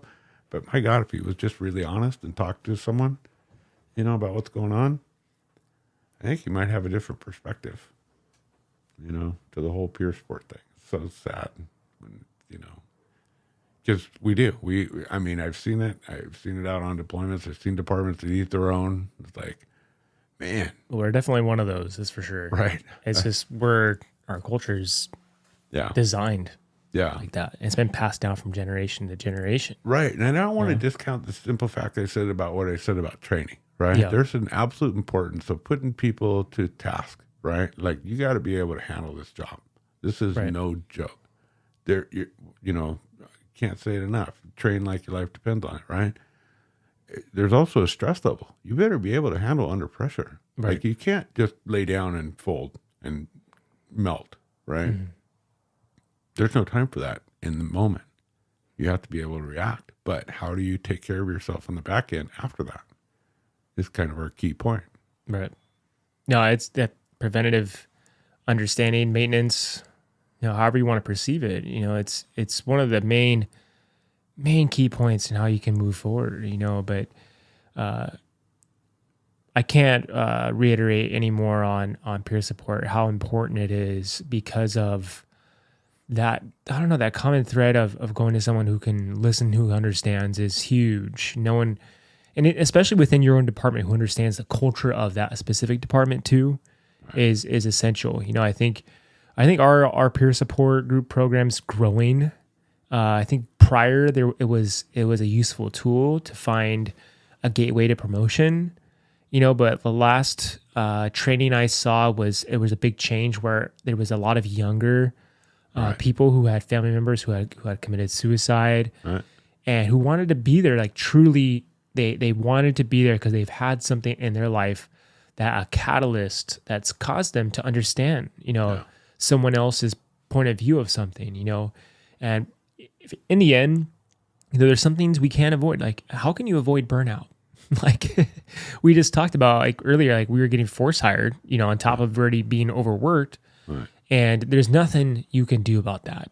Really not. And the only thing you can do is just know where your threshold is, and know, hey, time out, explain that, and be transparent with your family about it, and know when you need a break. And that rest and recovery, like I was mentioning, like, rest is a weapon. Most people who are very successful in life know this, that they use rest to their ability. And when they go into that rest state. They're building up that energy to now build a platform off to where they can now launch off that state and now perform with full dignity and full creativity and be able to be successful. Right. We've lost sight on that being a tool and a useful one for that, and it's when you change the perspective on it, you can help someone understand it a bit more, because we're not machines, we are not, even though we're in this machine life and we're caught up in the rat race. Right. That's part of the sickness. Yeah. And until you recognize that you're done being on the hamster wheel and you get out of it and you're realizing, hold on a second, I need to time to pause for a second, give me a moment to take a breath. Yeah. Let me sit in peace. I know. It's just don't miss an opportunity to take those rest. I mean, focal point, right? Yeah. This is an opportunity for me to get some rest. Yeah. Take advantage. Don't dismiss it. All right. Don't keep pushing, Yeah, I know when I worked for the Forest Service, I remember after this one season, we were overworked. Everyone knew it. And the one thing I wanted to do was to eat dinner in front of a television and watch TV. That was the one thing I wanted to do. I wanted to watch a season of Seinfeld and eat dinner. That's what I wanted to do. And then sit on a toilet for once. Yeah. That was one of my things, but those things we cherish and that are simple, but it really valuable in understanding what works for you, but you really have to bring that awareness. It is so important. Yeah. So I don't know. I think definitely over time there has to be some guidance, some teaching. I'm very fortunate to have mentors who taught me this stuff. Yeah. If I didn't, I don't know where I'd be, because I had older people who've been through this game and they've understood injury. They've understood the process. They've understood the logistics. They've understood those dark holes I was in, and they were able to give me that assistance, and then teaching me things. If I didn't have that, where would I be today? I really don't know. Yeah. I'd be caught up in the same behaviors and the same addictions. That's for sure. Well, it's interesting you say that because, and anyone that's got kids will understand and appreciate the fact that, when your kids get to a certain age, they have all the knowledge in the world. I only wish I knew half as much as as my kid did when he was 18 years old, because I'd be a genius, right? But it's funny how life changes, and now, they start coming to you a little bit more with because it's just with maturity, right? You just learn that it's okay to take insight from those that have been through it. I mean, if I was 20 with the knowledge that I have right now, oh my God, could you imagine what you could do, right? With all that wisdom and stuff I've gone through life once, and yet have the youth factor in there, right? To do it all again. It'd be amazing, right? It's an interesting perspective, but, as a matter of fact, you talked about the class, and I want to touch on the fact about, because I am actually going to be one of the instructors for the class here. Oh, the 14, 15? Yeah. Cool. At UFAC. So, but when it comes to your peer teams, and we've struggled with this, is that, why are you doing it? What is your purpose? What's your intent? If you're there for promotions or pay or money or, climbing a ladder, trust me, you're doing it for the wrong reason. You're truly not there. All right. I want to know why you're there, and if that's the case, hey, maybe, you can be effective, but those that are there because they've had stuff, right? And they truly have understood that there's something to being, with the compassionate presence, empathy, and understanding, and aren't looking to, use that as a stepping stone. That's a really important piece of this, because if you're building a peer team and you're, I actually heard it from a department that, we were going to send our peers to a conference, but they wanted to know if they were getting overtime to go. It's like, really? You're going to pay for them to go to a conference, but they weren't going to go because you didn't pay them overtime? scratch, you're done, you're not going. You know, it's the wrong mentality. Yeah. I had to use my own time going to this last peer support group conference. Right. You know, it was like the budget didn't cut it, you know, to support us, you know, which is another thing, but. Yeah. And I don't want to sound like I'm defending the administration. Well, Scott, we're running out of time here. Thank you so much, brother, for coming. I know you've impacted a lot of people with just trailblazing the peer support group stuff, especially in this Southern California area. You know, so how do people reach out to you? You have a website or anything like that? I'm actually working on that. That's that whole slow roll into retirement. It's not going so well because I'm just really busy, but I am working on getting my website up. I already have my company. So Ross Peer Consulting. And I'm happy to kind of, you know, I can be reached at Scott R. Peer.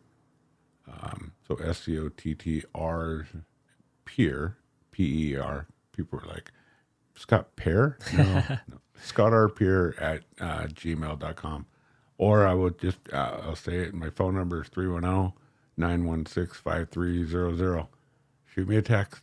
I may not be able to get to your call right away, but questions, concerns, how I can help, you know, I'm all in and have been for a long time, and I truly mean that. Thank you, brother. I'll put all this on the description as well of the episode. So thank you for everyone for listening. Don't forget to like and subscribe to Grab Lives just to get the algorithm going for someone who needs to hear this episode. And furthermore, all right, everyone, thank you. Take care. It's time for Grab Lives.